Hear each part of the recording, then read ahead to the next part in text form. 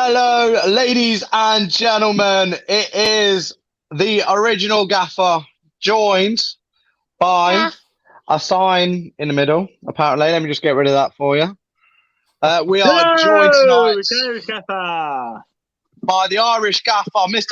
Irish Gaffa, how are you doing, sir? Good man, yourself.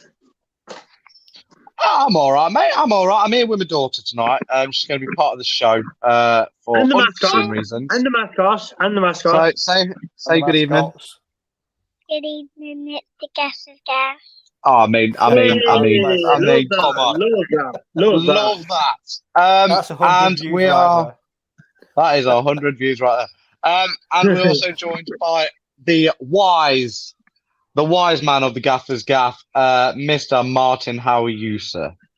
If you mean wise, because I've got grey hair, it's silver. Yeah, I'm very good, mate. I'm very good.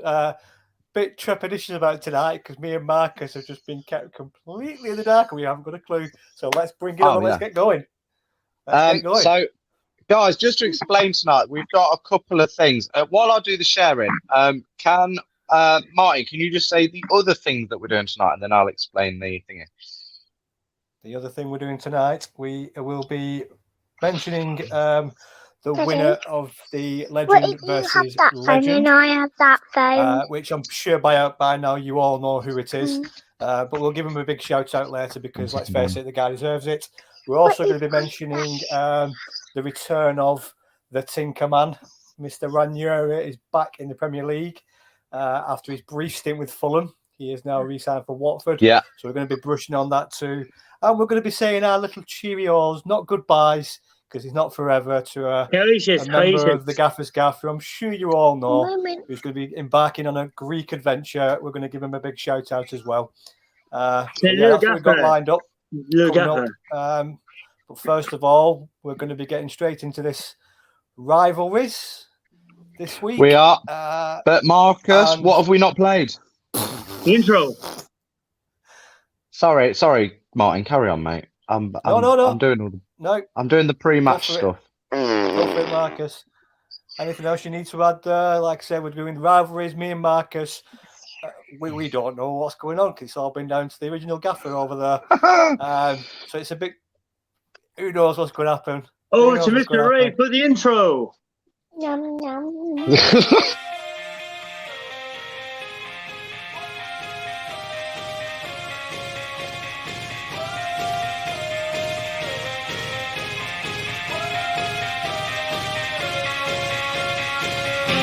We walk alone in the unknown. We live to win another victory. We are the young, dying sons. We live to change the face of history. Don't be afraid, it's the price we pay. The only easy day was yesterday. So hear our voice, we have a choice. It's time to face it. We are one, we are one, we will stand together. Number one, the chosen one.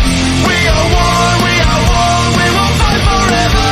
We are one and we won't die young. We are the bold, united souls. We live to win another victory. Our sacred scars show who we are. There we go, guys. I've nearly done my show, and I'm very sorry for cutting you off, Martin. I do apologise. Just want to go on what Martin said about the little Gaffer. This is his brand new kit. He's going to be playing basketball, wheelchair basketball in Greece. We are all incredibly proud of him. Yes, mate. So, yeah, before we start, guys, because I'm going to break the show up a little bit today, I want us to start off talking about this gentleman here. Like Martin touched on Martin, you've aged badly there, haven't you? Pardon? Martin's aged badly. I missed that. What's going on? I said Martin's aged badly. What's he trying to say? Silver hair. Sorry, silver. First of all, do we think Watford was right in getting rid of their manager? Nope. No. I'll explain this one to you guys. I want to have a piece on this, by the way. Go on. Do you remember the manager? Was it 2016, 2017? Kike Flores Sanchez. They finished 8th in the league, and they still sacked him. What do you want for one? What do you want for one? The Premier League or the Champions League or something? They always sack their managers, no matter how well they do. This disco fella was his first job. He got them promoted. That was the aim to get promoted. Give him a chance in the Premier League. The season is 7 games young. There is something's happened there that we're not going to know about. You don't sack a manager who gets you promoted that fast. Something's going on, in my opinion, something's happened at Watford we're not going to know about. And Watford's owners, Martin, also own Granada and Udinese, the 3 clubs that are owned by the same person. Yeah. So they sack their managers regularly as well. So there's a lot of something's gone on there at Watford for them to do that. But like I say, he's gone, and the team command is back. They've made an astute signing there with Ranieri. Obviously, the Leicester fans, it's great to have him back as a neutral. Dave, you've gone. No, that's the signal. But anyway, Martin, we'll continue here. But is it great to have him back? Yes, it is, because he is value for money. His press conferences. Yeah, 6,020 are in the Premier League, aren't they? That's just to annoy Leicester next season. Yeah. Now, obviously, he's not the most successful manager in the world. Is that better? That's better, yeah. He isn't the most successful manager in the world. He's not won a great deal, but it's not all about that. It's his personality with him, and the Premier League needs personalities. It's about his dilly dong, isn't it? Yeah, his press conference is a genius. He's funny. Unfortunately, his first game back is against Liverpool. Yeah, I see that. Yeah. Do you remember his famous quote? Do you remember his first Champions League game as the Leicester manager?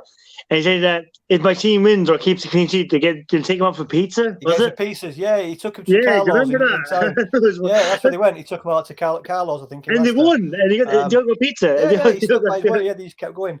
So yeah, I think Watford have done. I think they'll possibly more of a chance now of staying up with Ranieri in charge. But on the flip side, your man's very unlucky though, isn't he? Zisco, he's very unlucky. He is, but yeah. You like I said, something weird's gone on. Something's happened for that to happen so fast. They have a good team. They've players are really good. They got Musa Sissoko from Spurs. They got Eugene Dennis, who's a very, very fast player. Josh King will play solo views. Joe Pedro was an excellent player. They got some really good players. Yeah. You know what makes me wonder why something's gone on? Because Ranieri's been announced so fast. It's been in the pipeline. They must have had this in the pipeline. They've sacked him on Friday and signed Ranieri on Monday. Premier League experience, maybe. I can see a song coming on here. They sacked him on a Friday, and then on a Monday they hired Ranieri. Something's going on. Something's definitely going on. It's great to have him back, though. I mean, I'm buzzing for him because I like the guy because he might not be successful, but he's won the Premier League. Get a word in. One day, what's your thoughts? We're going to talk about Inter Man. He's gone again. You've gone again. You're going to get me and you tonight, Marcus, isn't it? But we'll talk for a day for a minute. We'll be all right. We just don't know the rivals, do we? Yeah. Like I said, press conferences are going to be funny. But you say he hasn't won much. Not many managers have won the Premier League. He's won the league with Leicester, and I think he won domestic trophies with. Go on, Dave. Speak about Tinkerman before you get cut off. Okay, first of all, I just want to apologise for my sound tonight. I'm with my daughter. She's got an earphone in. She keeps touching it, which turns the sound off. It's been confiscated. Give me a sad face. Boo. But on all seriousness, I think it's a silly move for Watford. Something's clearly gone on. Ranieri, yes, he did wonders at Leicester City. What he did was one of the greatest sports achievements of all time. Won't take that away from him. But what I ask is, what has he done with other clubs since? He took over Fulham. That's the thing. Yeah, before you went there, we were saying he's not won anything. He was amazing at Chelsea. He did very well at Chelsea. But he's not a successful manager in terms of trophies. I know what you're saying. Yeah. If you look at his he's good enough. He's good enough for a Watford kind of thing now. He's 70 years old in 2 weeks' time.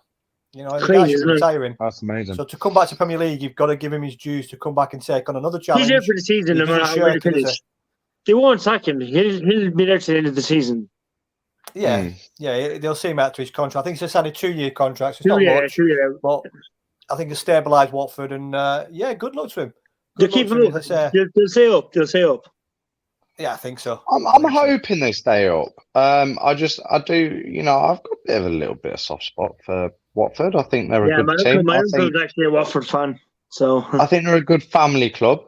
But like I say, it is what it is. So yeah, it's one of them. Anyway, guys, time will tell. Time will tell. I just want to go on to the very first thing that we're doing tonight. Now, just to explain, the other two gaffers have no idea what rivalry I am putting up. Now, all these rivalries, none of them are fierce. These are two people, or in one case, three people, that I've looked at that were very, very top of their game at a certain time. And we're going to look at them, compare them, try and decide who's better. So, are you ready for the first one? Drum roll. Yeah.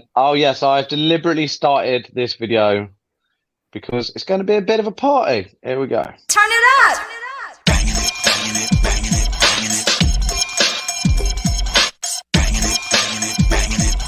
That was interesting. Turn it up.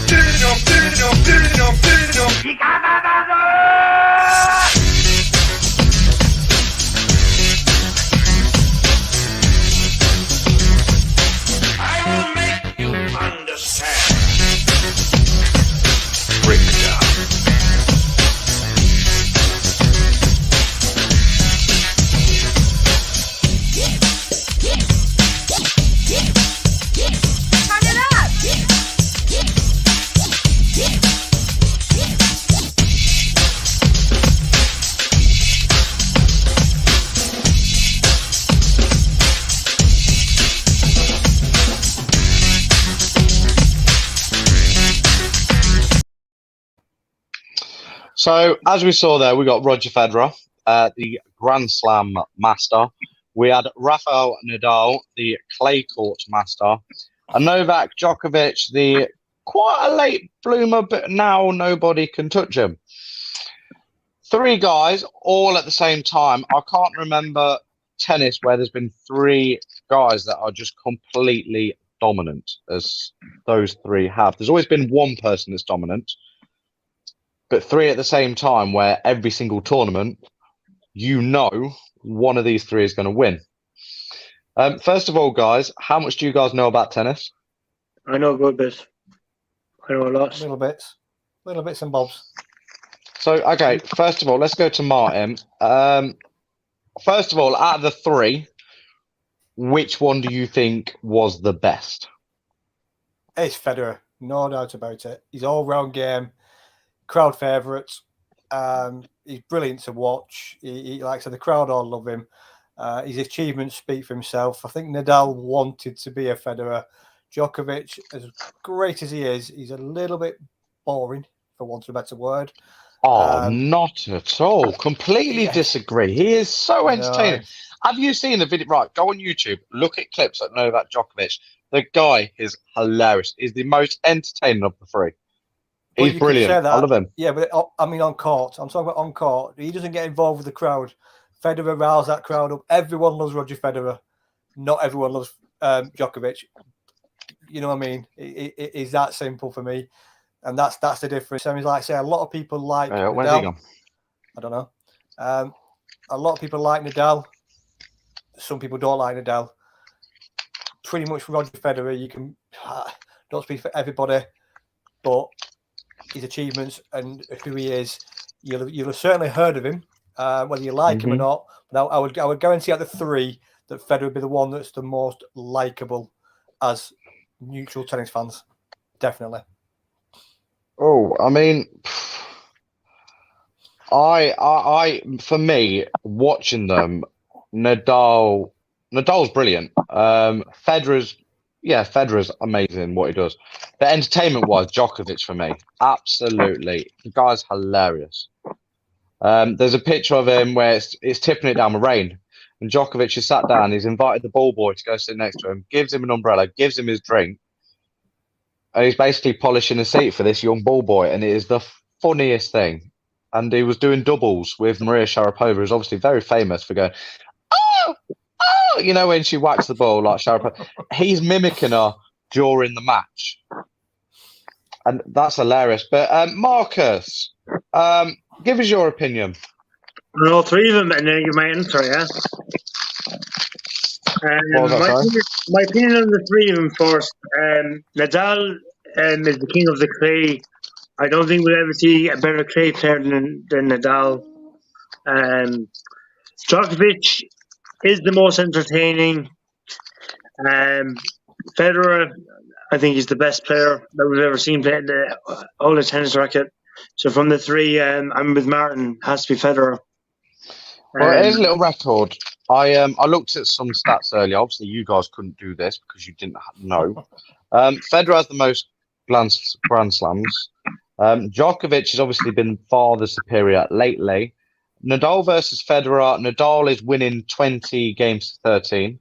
And obviously, Nadal on clay is completely different gravy. Like, the guy, no one can touch Nadal on clay. How old is Federer compared to the other two? Federer is about 5 years older than the two of them, at least 5 or 6 years. Federer is the oldest. Djokovic is the youngest. Federer's 39, I think. Yeah. I don't and know, the man is still playing now. The man is still playing now. My point is, in another 5 or 6 years' time, can you still see Djokovic and Nadal carrying on to the age that nope. Federer has done? Obviously, Federer will be retired in 5 or 6 years' time. Definitely not Nadal. No, because Nadal they're not going to go that much further. Federer is still picking up rackets, still getting through to finals, and still getting there or thereabouts. And they'll still put a shift in every single tournament. I can't see Nadal or Djokovic being there. Yeah, but another thing you missed, lads, is Nadal. Look at the games they've played. Nadal and Djokovic have had injury problems. When has Federer ever been injured? Yeah, that's true. I'm going to go Nadal was missing for a good while. Nadal had a lot of injury problems. He did. I remember he went quiet for a while, didn't he? Here's some little stats for you. Novak Djokovic, nationality Serbian, age 34, career titles 84, Grand Slam titles 20. Nadal, age 35, so he's only a year older than Djokovic. Career titles 80 compared to Djokovic's 84. Grand Slam titles 20, so exactly the same as Djokovic. Federer. This is very interesting, actually. This is why I picked this. Federer, career titles 103. But Grand Slam titles, the other two had 20. Federer, any idea? Want to have a guess? 27. Martin? 31. 20. 20? All three of them have 20 Grand Slams. How old is Federer? Now? So Federer 39. Now is 40. Federer's 40, Nadal's 35, Djokovic is 34. So I think 5 and 6 years. I said 5 and 6 years. I said that. Again, though, like I say, you can't see Nadal and Djokovic lasting till they're 40. You just can't see, especially Nadal, not with his injuries. No. Djokovic. And Djokovic is injured too. Djokovic is injured too. Yeah. So for that reason, if Djokovic wins one more, go on. Oh, if Djokovic wins one more, that means he has won the most Grand Slams out of all of them. Yeah. Would it still be Federer? That applies to all of them. It would still be Federer. It would still be Federer for me, just for I think for the length of time he was the battles he had with Nadal that I can remember at Wimbledon and things like that were just amazing games to watch. 5 hours. These three players, once they're gone, who's going to step through into their boots? It's going to be difficult for anyone to follow that. But you're going about Grand Slams, Federer has about 25 more career titles than the rest of them. Yeah. What's that, sorry? Federer's got more career titles, I think, in total than Grand Slams. Oh yeah, he has. I've got the stats in front of me now. Nadal, if you're not including Grand Slams, has won over 1,000 tournaments, but obviously some of them will probably be from his school. Djokovic, exactly the same. Federer, exactly the same. They are pretty neck and neck on every single title. It is ridiculous. Go look him up, anybody who's watching, how close these three are. You cannot separate them.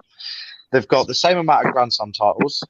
They've got exactly the same amount of, well, pretty much ATP finals, and they've both won Olympic medals. So there's a good point to mention about the three of them as well.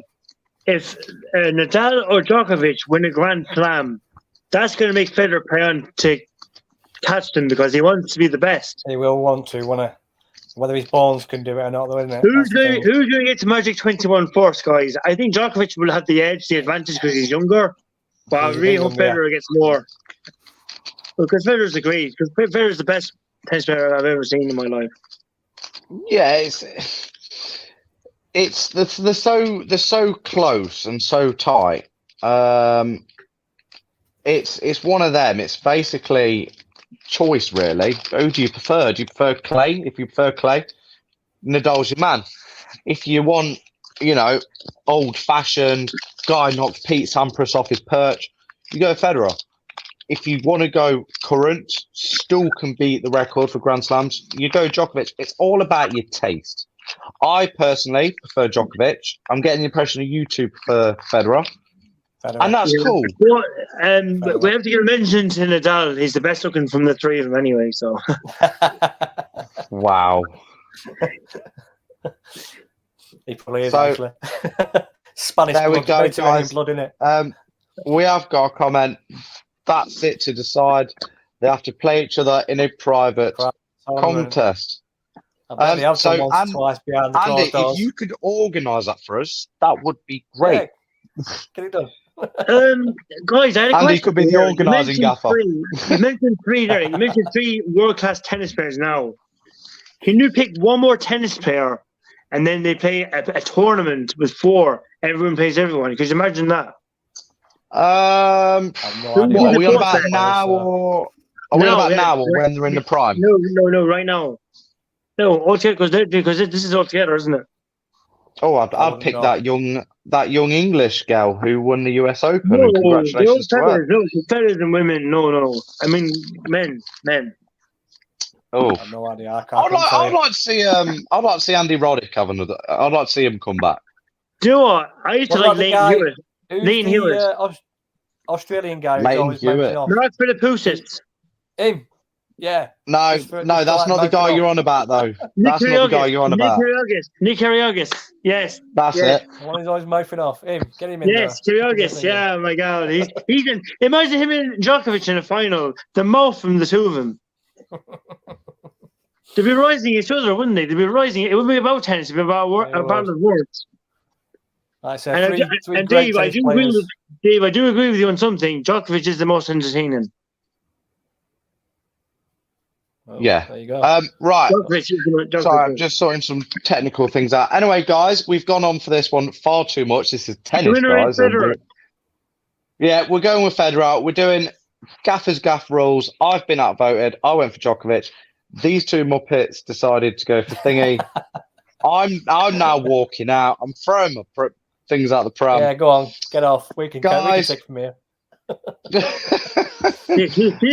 horrible thing is, you want to make it think. Who's up next, right. Dave? So basically, Dave, here's a message for Dave. Madness. Oh, shut up, you tart. There we go. It's the first. Madness. Oh, shut up, you. I didn't mean to that one. Right, anyway, guys, it's time for your second one of the evening. Bear in mind, these guys ain't got a clue who I'm doing. No.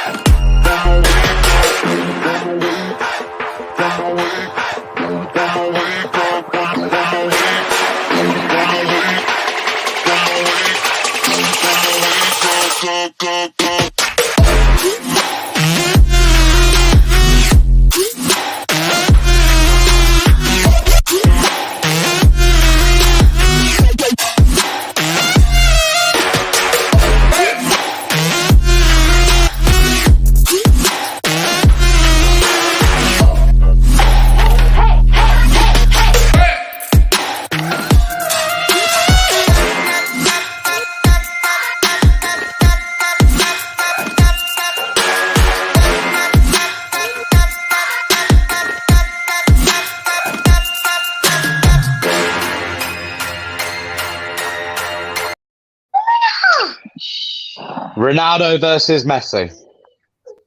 How many times has this question popped up? But it's not something we've ever done on the Gaffa's Gaff. So we haven't. We haven't. Which is weird. So, first of all, both of them, I need to ask you a question. Are these two of the best ever? Like, forget Ronaldo, forget Maradona, forget Pele. Are these two the best two of all time?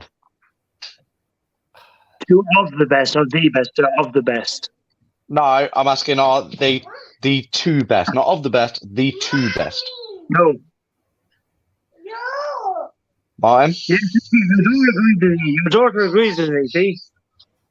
At this moment in time, as it stands right now, they're not the best of the best, but they have been for a long, long time. If we were 8 years old right now and we discussed our best ever team, they would be in it.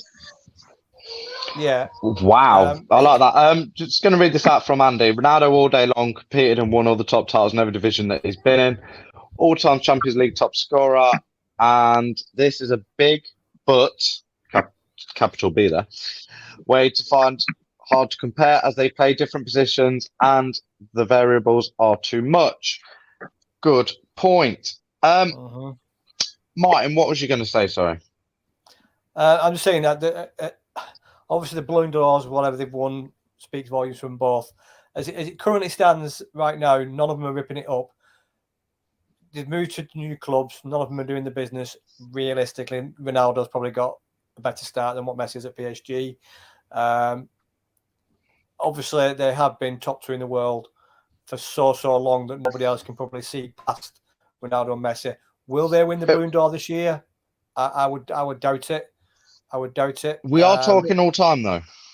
All time, they're certainly in the top 5 of all time. I agree. Whether they're top 2 or not is another debate. They're in the top 5 of all time, but I wouldn't put them number 1 or number 2. Nope. Wow.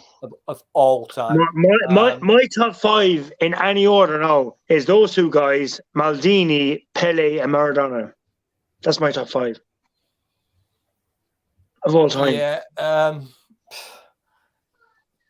It's. I mean, you've got Francesco Totti, from Roma, absolute legend. But you can chuck defenders in there as well. We always think. Yeah, Maldini. I said Maldini. Yeah. People always think best in the world because they score goals. You can chuck. Don't get me started on Maldini. Yeah, I was about to say, Dave, you love that, don't you, Dave? You love that. You can chuck Gordon Banks in there, the world's best goalkeeper at one stage. Gordon Banks or players are modern day era. Then you'd be looking at last 30, 40 years. The late great Jordi Cruyff as well. There was the term was different. The term it's amazing. You've got your George Best of the world, the olden days. Modern day era, you've got them two. Yeah, they're the best. In the current era, they're the top 2. Lewandowski's got to get a mention in there. The other Ronaldo, the proper Ronaldo, as we call it. Ronaldinho is the most skillful player I've ever seen. Wow. Rivaldo, all these players here are well up there and capable of being within the same breath as Messi and Ronaldo. The only reason we mention Messi and Ronaldo is because they've dominated for so long. They've dominated it for so long. They've dominated the 2000s and above. They've dominated that period. Well, I think personally, Ronaldo has been cheated out of a few Ballon d'Ors. Personally, there's been a lot of politics going on with Barcelona and Real Madrid, and it's documented on his documentary that you can see him when he loses one of them, he isn't happy at all, and I think he kind of refuses to shake Messi's hand. That happened last week in the Everton match. He wasn't happy at the end of the game either, was he? So. No, which is fine because he's an ultimate professional. He doesn't want to lose. He doesn't want to come off the bench. He is the ultimate professional. But yeah, I think if you watch his documentary, the one I can't remember. It's on the BBC iPlayer at the moment. Then he goes on about the Ballon d'Ors and a lot of politics went behind it. And one season Messi won it when realistically he shouldn't have done.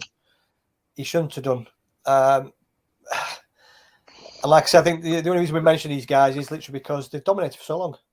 Where's Dave gone? Is this something appeared? I'm just sorting little and up. Bear with me.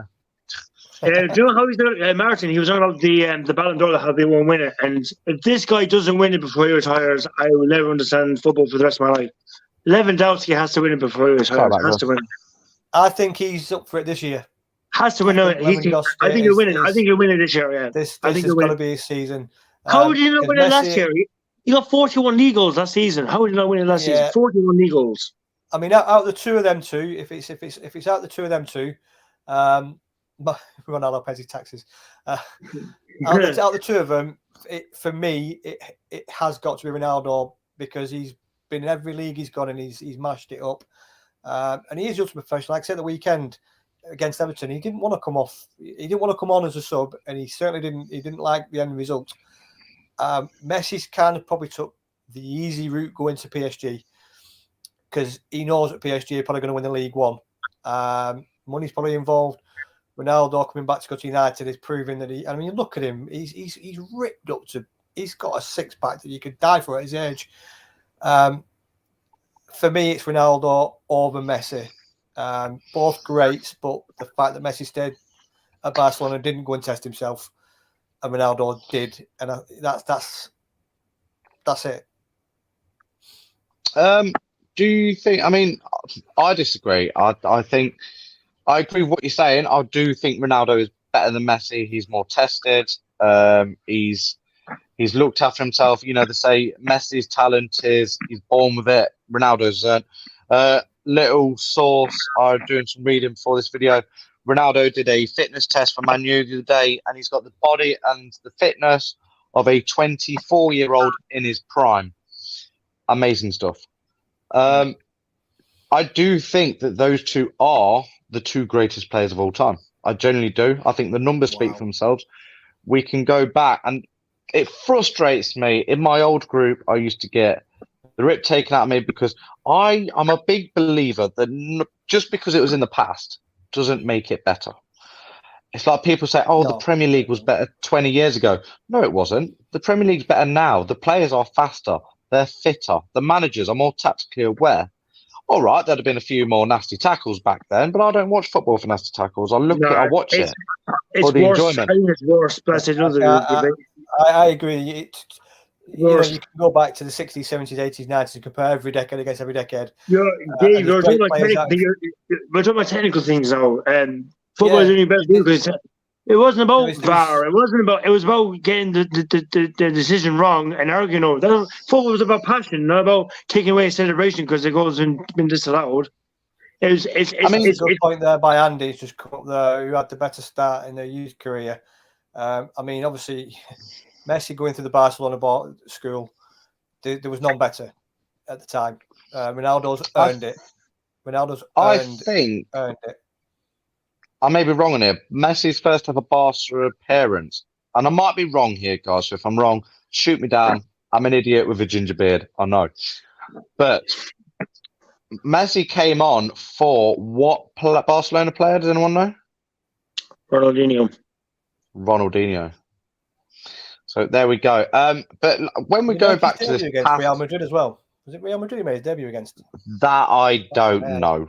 But because I'm going to pretend to be an expert, I'm going to say, yeah, he did. Well, I mean, I think Ronaldo, just going back to that point there, what Andy put up there about the schools, you look at the players that Messi would have been coached under compared to the players, and no disrespect to Sporting Lisbon, compared to their players. Barcelona had world-class players mentoring Messi. Ronaldo, Xavi Iniesta, just name two. Xavi Iniesta, just name two. Yeah, hang on. You know, the list could go on from when Messi started, at probably roughly the same age as Ronaldo. Compared the two academies together. The captain, Sergio Busquets. Yeah, there is no comparison to Barcelona players and Sporting Lisbon's. There's just not. I think we should do a video on, because now you've got me now, and every time someone sets me off on this, I'll just talk about it all night. We need to do a video. Is sport better now or in the past? Because this is the thing, right? I have a theory. you ask someone my age, and they'll say that the 90s and 2000s were better. You ask someone 10 years older than us, and they'll say the 80s was the best. The 80s were better. Dave, you're only a year older than me, and I think football was better in the 90s and 2000s than it is now. Nah, disagree. Completely disagree. But this is the thing. I think there is a show there, guys, but we'll talk about that after. Yes, let me give my opinion on the Rivals. Football. You could have sport across the decades, because some sports now are worse than what they were, and some sports now are better than what they were. I'll give you my opinion on Ronaldo Messi. I'll give my opinion on Ronaldo Messi and who I'd pick. Yeah, boxing, 100%. Anyway, guys, we need a decision. Messi or Ronaldo? I am going to go for Ronaldo. I haven't said my piece yet about the two of them. Well, yeah, you've got it now. I just want to say there's only one factor that I think the two of them are in an outfield, but there's one thing that makes this guy a bit better. Ronaldo wins for me because his international record is phenomenal compared to Messi's. International. Marcus, I've got a very serious question for you. And if you can answer this, I'll be well impressed. Why does it look like you're live in a closet? Because I am. What you like? I mean, mate, it is dark in there. It's dark there, isn't it? It is dark. I think it's Ireland, mate. Mate, we've run out of petrol, not bloody electric. Look at that. There we go. How's that? Is that better? You're behind the times there in Ireland, aren't you, Marcus? Turn your lights on, mate. Come on. Yeah, no. This century. I'm just saying Ronaldo for me, Dave. Ronaldo. Congratulations. And Messi, stop stealing Ballon d'Ors. And pay your taxes. Right, guys, are you ready for your third one? Now, this is the one that you two know about. So here we go.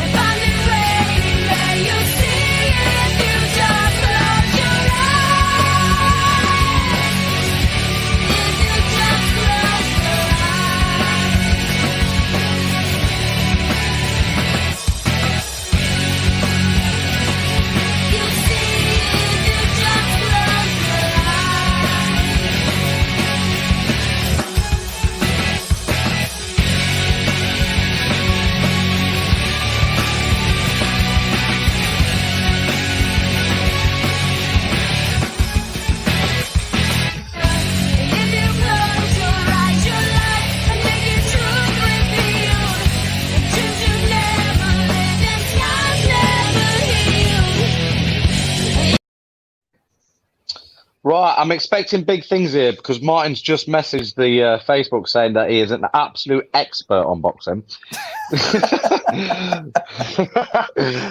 Right, first of all, now before people say, Dave, you're an idiot, why are you comparing these two? Fury is clearly better. Just hold your horses, one sec. First of all, I think, ability-wise, I do think Joshua's better, but it's Fury's attitude that wins it for him. Genuinely, I think I watched Fury box, and all right, he's a bit of a joker, but you can see how hard that guy trains. It's a bit like the Messi Ronaldo thing.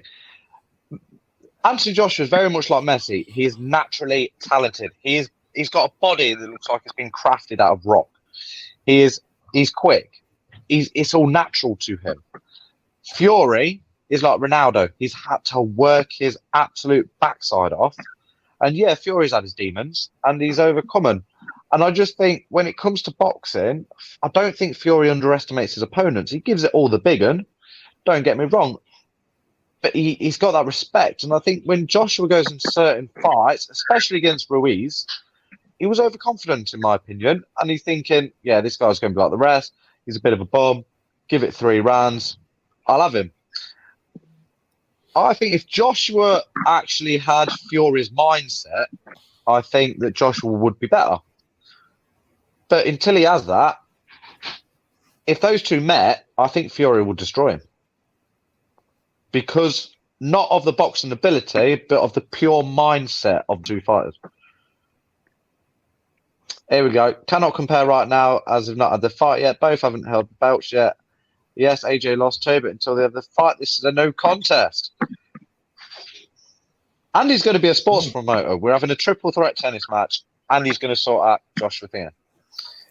Marcus, are you into boxing? I do like boxing, yes. I am into boxing. I do like boxing, yeah. Will these ever fight? Yes, they will. Will it be on YouTube in 60 years' time? When Eddie Hearn retires, Tyson's just fighted. When Eddie Hearn retires, Andy Shearer is taking over Eddie Hearn's job. I think they need to fight, and it needs to be in the next year or so because it's going to get to a point. I give it to it. If it doesn't happen in 2 years' time, it won't happen. Yeah, and I think Andy's watching this. Block? I think. What's the stumbling block? Right, so basically, they were meant to fight this year. They were meant to fight this year, but Anthony Joshua and Tyson Fury both hold heavyweight titles, but through different organizations. Now, they were going to fight, but unfortunately, they both had mandatory challenges. So if they didn't fight the mandatory challenges, they wouldn't. Lose the belts. Yeah. So obviously, they'll lose the belts, and that's why it's not happened. I think, to be honest, and Andy will agree with me on this, I'm going to link this into a different sport. Years and years and years, there was a wrestler called Undertaker and there's a wrestler called Sting. Sting WCW, Undertaker WWE. It was a dream match. It wanted to happen at WrestleMania, but it never happened. And now it's got to a point that if it did happen, they're both far too old and completely past their prime. This is not what we want for Fury and I bloody forgot who I'm talking about now. I want Joshua to fight for a belt. I want him to fight for a belt. I think Joshua should sack off. I think Joshua should sack off the Usyk match. Hope Fury retains against Wilder, and that's how I would do it. I'd go straight for Fury. Yeah, fight for a belt. Fight for a belt. I'm going to think you say I don't profess to know much about boxing these days because for me, boxing it's not full of characters anymore. It's all about the pre-match, having a fight when they're doing the weigh-in and all that malarkey. Sponsorships, man. It's to sell tickets. I get all that to sell at the box office. Judging only by what I see on little clips and stuff like that, I kind of got to agree with Dave this one.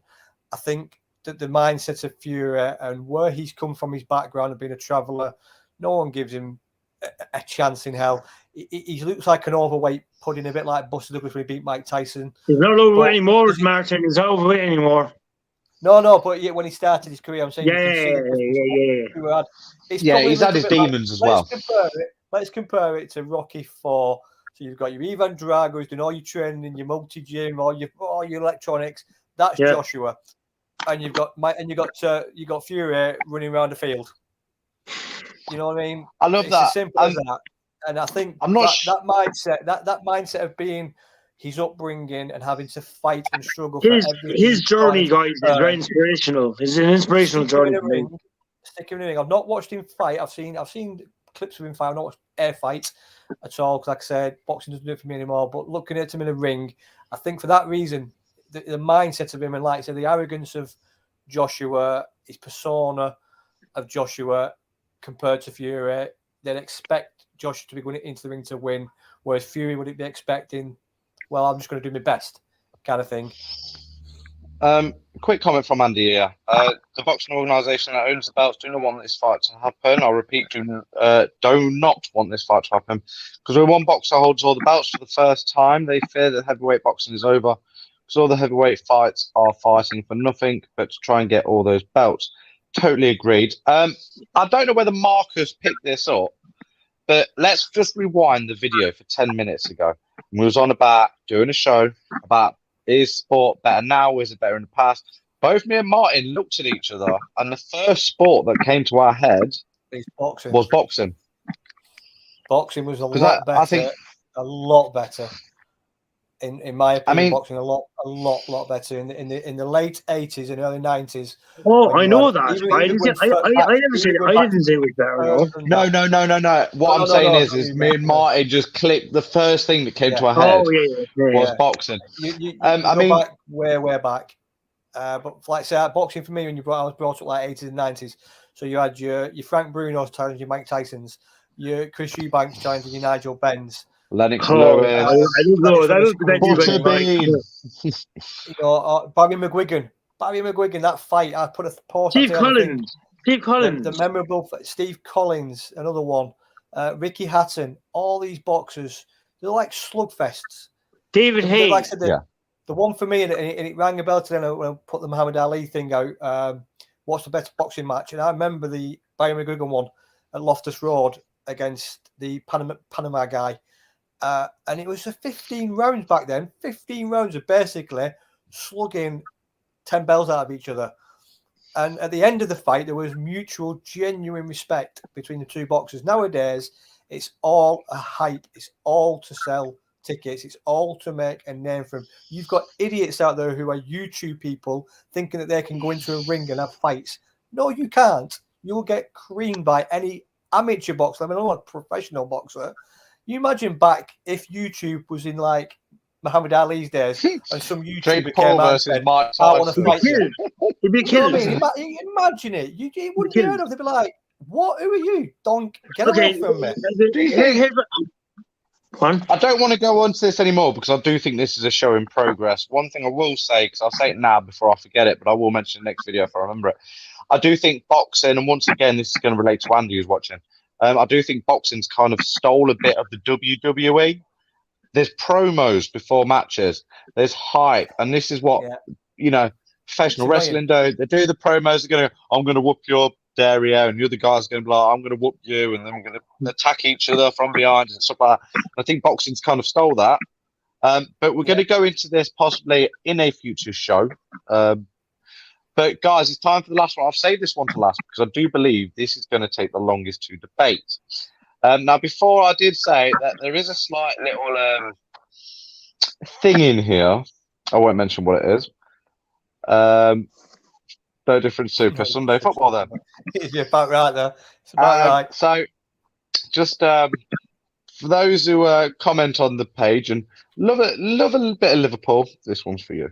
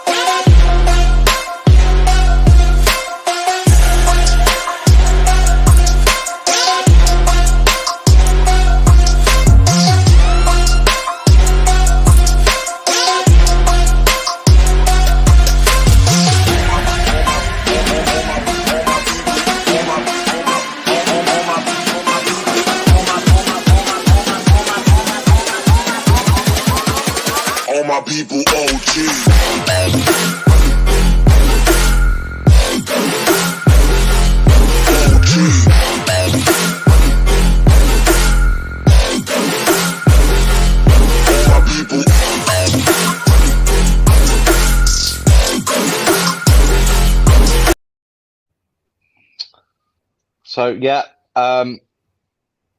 love it. Right, guys. Before people start shouting out Guardiola's far better, we're talking about these guys in their absolute prime. I mean, still to these days, Mourinho's record over Guardiola is phenomenal. This is not me siding with Mourinho. May I just make it clear? I will come out and say that Klopp is better than both, but that's for another day. Marcus, let's start with you. Pop and Mourinho. Pop and Mourinho. First of all, who's Pop? So Pop and Mourinho, that's what I'm going to call. After the, did you see him at the weekend? He was popping. This weekend, he was popping. That was something. We've got a whole show of bloopers just with you, First of all, there's 3 gaffers here. 3 gaffers. Respect. Anyways, no. Jose's better. Jose's better. He's just look. He's won the. I'll just say 2 words. He's won like 2 sentences. He's won the Champions League with Porto and with Inter Milan. Inter Milan were like 50-year-olds on the pitch, and he turned an aging Inter Milan team to a double winning side. Porto, kind of like Leicester, under the radar. No one expected him to win it. Fun fact about that Champions League team, by the way. Anyone know who the sub goalkeeper was in that team that won the Champions League for Porto? Who was the what? The sub goalkeeper. The sub goalkeeper. Yeah, Couldn't tell you who the goalkeeper was. Victor Bayer was the goalkeeper. Who's the sub goalkeeper? Oh, Peter Shilton. I'll give you a clue, a very big clue. He's the current Spurs manager. Oh, okay. Yes, I heard about this. It was on the Champions League the other day. They spoke about it on BT Sport. Yeah. Well, I knew that. Yes, anyway, now you mentioned it. But I think Pep is a world-class manager for what he does. He's very animated. So is Jose. But the game that sticks out to me now, there's no dig at any Man United fans, but the game where Costinha scored in the 90th minute and he runs across to his players and does the celebration at Old Trafford was the best thing I've ever seen a manager do. And it gets imitated so much now. But Jose, for me, when he did that in his suit and everything, and running to his players at Old Trafford doing this was amazing. Character-wise, Jose wins full stop. I mean, when they scored that goal last year... More entertainment, yeah. I mean, when he was at Tottenham and they scored that goal, he ran and celebrated. And then his coach pointed out that the guy had done something. He was already on a yellow card. He's celebrating, sits down, and then storms to the referee. And then storms back up again. Yeah. And he's like, he should have had a yellow card. Do you not think Pep's trying to be like Jose now back in the day? Because isn't Pep more animated now? This is just exactly. I'm just going to say. I'm going to just brush on this. When Mourinho came to Premier League, he sat down and said, "I'm the chosen one, the special one." Yeah, special one. Beg your pardon. I'm the special one, and he proved it. And like Marcus just to come on there, without Mourinho, you don't get your Pep Guardiolas of the world because, like I say, he was animated from pretty much day one. Mourinho, Pep's getting more like that nowadays, a bit more animated, but Mourinho had the arrogance, the swagger, the character, everything about him, the character. It was one that it was chalk and cheese. You liked him or you didn't like him. It was as simple as that, and he didn't really care either way. Worked wonders with Chelsea, absolute wonders with a great team. You know, he was put there to do a job, and he did it, and he's done it everywhere he's been. So it's a bit like Ronaldo again. Everywhere he goes, he's a serial trophy winner. Obviously not Spurs, but then again, you know, you could put anybody at Spurs, they won't win a trophy. But he goes places. I mean, Joshua found that out at White Hart Lane. He gets the best out of what he's been given. Obviously, coming towards the end of his career, he got found out a bit. He got very mad and he changed his persona altogether. But then the people like Guardiola were then coming into the game. Klopp was coming into the game. Brendan Rodgers was coming into the game. Mourinho had his time, and at that time, he was untouchable. He was characteristic. His press conferences were hilarious. He said what he thought and didn't care about getting fined. Didn't care about getting sent off. Celebrated in front of away fans. Didn't care less. So, you know, the Liverpool rival with the crowd he had, but the Liverpool kind of mutual respect for him when he did all this at Cardiff. You know, when in the League Cup, didn't care. Did not care. Get sent off. Doesn't care. Didn't care. He brought them all with managers, and for me, Mourinho is above Pep all day long. I believe he was the Tinkerman's successor, wasn't he, at Chelsea? Yeah, he was. Quick question. I'm not saying Pep's a bad manager because he's not. I think Pep Guardiola is a phenomenal manager, and I think that he's very underrated, and I think he loves his players to bits. I mean, when Aguero left Man City, there was an interview with Pep, and there was genuine emotion. It wasn't fake. It wasn't put on. There was tears coming down his eyes. I respect that. He respects his team. I think he overcomplicates things, but you can't have a go at what he's achieved. The question I want to ask you, gentlemen, is if the clubs were reversed, so Pep would be at Porto, Inter, Real, Man U, Chelsea, and Mourinho being at Barcelona, Bayern Munich, Man City, what would change, if anything? Well, Man Jose's City would already have been. Well, Man Jose's City would already have won been the Champions Barcelona. League. Man City would have won the Champions League by now. If Mourinho was in charge of Man City a few years back, Man City would have won the Champions League by now. Pep's not got it in him with Man City. Pep's just not got it in him. He gets it tactically wrong when it comes to the knockout stages. Mourinho doesn't. He gets it tactically right, proven. He always wins the big matches, doesn't he? Mourinho would have been the more successful manager. Jose's always won the big matches, whether it's been League or Cup. He's always won the big matches. He wins ugly. He wins ugly. He knew how to win ugly. Park the bus. Park the bus. He always does it. Yeah, park the bus. Make it boring, but it's a win to win. Mourinho had that ability of, let's just go into La La Land here. If he was at Porto, that Porto side, and he was winning against Barcelona 1-0 from the first minute, that guy could possibly do the tactics for them to defend for the remaining 180 odd minutes and not concede. And I think he did it against Liverpool when Gerrard did his slip. Yes, he slipped, but Liverpool were practically all over him second half.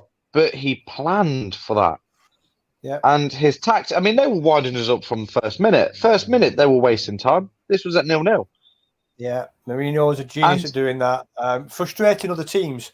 He frustrated the team. Man City don't do that. Man City's philosophy isn't to frustrate teams. It's to go out and batter them, basically. Try and get 5-6 goals. That's their philosophy. And like I said, taking off away from Pep, great manager. I don't believe he'll win the Champions League with Man City. I truly don't believe he's going to win the Premier League with them. I would say one thing about Pep. I'll say one thing about Pep because we've been talking about Jose. In my opinion, Pep, when he won back-to-back Champions Leagues and back-to-back La Ligas with that Barcelona, that was the best Barcelona team I've ever seen. Yeah, oh, phenomenal! I will say, if Man City are to win the Champions League, they have to do it this year. I'll explain this. He's not going to be there next season. He won't be there next season. No, he'll be gone. This is what I said to Danny previously. I've said this in previous things. I refer to Man City in Champions League as Leicester in the Premier League. They finished 4th, and I've said that this year Leicester will drop. For the simple reason is teams around them will improve. Man City this year, they've got PSG to contend with. They've got Liverpool. They've got Bayern Munich, Chelsea. For me, I don't see Juventus as a threat. I don't see Real Madrid as a threat. I don't see Barcelona as a threat. That's not always going to be the case. COVID's over now. Barca will get stronger slowly, but they will get stronger. Real Madrid, they will be back next season. They will be stronger. Man United are only getting stronger. It hurts me to say this, but they're only getting stronger. I agree. I think if Man City don't win it this season, Pep's gone. Pep's gone. If Man City do win it this season, I think Pep might walk away. But if he doesn't win this season, they'll sack him. They will sack him. So, bye, Marcus. So we are. It is quarter 2. Marcus tends to go at quarter 2. Got his training. So, are we in agreement that Mourinho? I think all three of us would have said Mourinho, yes, judging by what. Marcus has gone, guys. So he does have to go football training. We'll bollock him for not. We'll have a word with him for not saying goodbye. Yeah. So from me, I'll tell you what, we're going to put in the middle. Yeah. All right. So goodbye from Marcus. Indeed. I'm just going to put this up in the middle because obviously the little Gaffa, the guy that genuinely put his heart and soul into setting this up, alongside myself, Uncle Gaffa, and I'm late because my left's ear Gaffa. He's so we wish him well in Greece. This is the team badge, and we did have a complaint the other day that the page is too much about Liverpool. So before we go, I apologise about that. We won't mention them for the rest of the day. Martin, do you want to say anything before you go? Well, we've not done the Muhammad Ali thing. Oh, we've so not. We'll get that You're right. before we do go. Just with regards to Danny there, mate. We wish you all the best, mate, in your Greek adventure. We've had our ups and downs behind the scenes, which we're not going to drag on, but we still love you, Danny. You're always going to be Don't go. Don't be a stranger. Good luck, mate. Go out there and smash it. I'm sure you will. Get some videos sent over. Try and get onto a live. Don't give me this time difference nonsense. You're not going to get jet lagged. But yeah, good luck to you, mate. Absolutely good luck to you and all the best. Yeah, we do wish him the best. But before we go, Martin quite rightly pointed out that we've not done the Muhammad Ali. I will play the video that I played from last week. It was all about his legendary rivalry. From myself, take care, stay safe, don't go over the top on buying fuel, and good evening. Bye. There is no panic buying.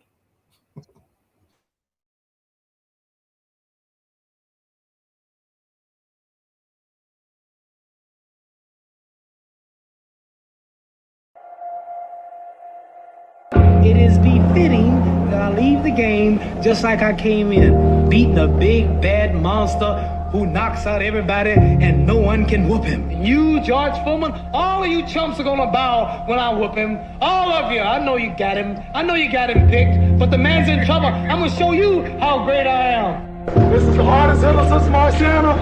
This man is greater than Joe Louis. I've been reading what you're saying. George Foreman knocked out Ken Norton, knocked out Joe Frazier. True, I didn't knock him out, but I'm so fast, I'm so hard hit, I'm so scientific. I'm a totally different man from Frazier and Norton.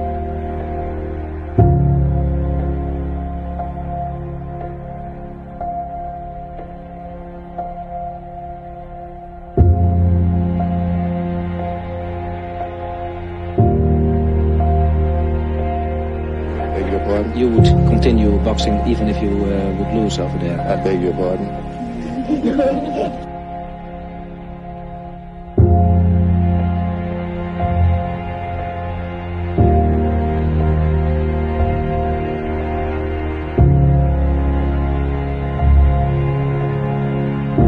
I want to train 20 rounds today. They won't let me.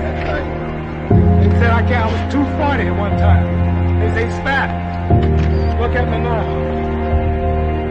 TKO him. I predicted TKO. I predicted the fight will be stopped on cuts or bruises or being humiliated. Humiliation will stop this fight. The referee will just step in and stop because I just be popping and popping and sticking and moving and I'm constant. I'm popping and kneel until the man just have to stop it. Talk about how big George Foreman is, how terrible. I'm scared for my life, how relentless he is. That sucker ain't nothing. Stage is set. I'm 32 years old. My legs are gone. This man is strong. You talking about how great he was, and now we're gonna see.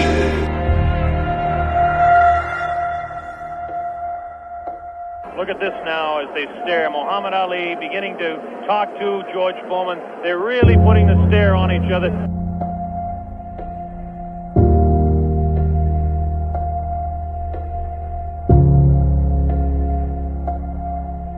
There's a good right uppercut thrown by Foreman. Round for him.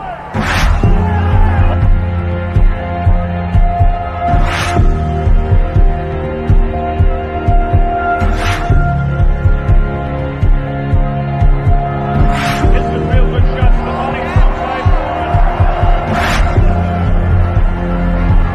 Vicious right, going to the body of Ali. Wild right hits the head of Ali. The left leg of the oh, great left hand taken on the face of George Foreman.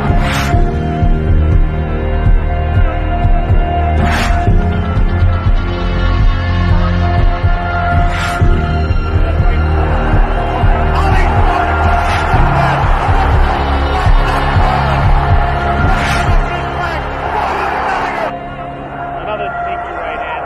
This time he works over the shoulder.